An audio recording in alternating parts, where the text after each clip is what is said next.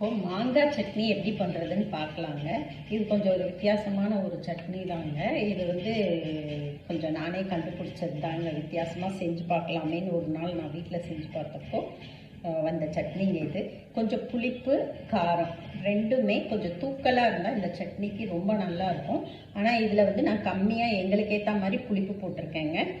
இதை ஒரு பச்சை மிளகா, கருவேப்பிலை கொஞ்சம் நிறைய போட்டுக்கணுங்க.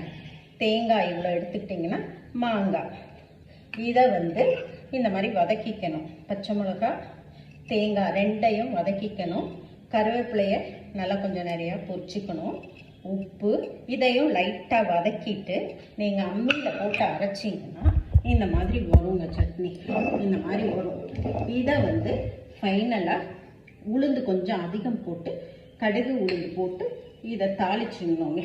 தாளிச்சுட்டு இதில் போட்டு லைட்டாக அரைச்சா போதுங்க. நல்லா நைஸாக அரைக்கணுன்றது அவசியம் கிடையாது.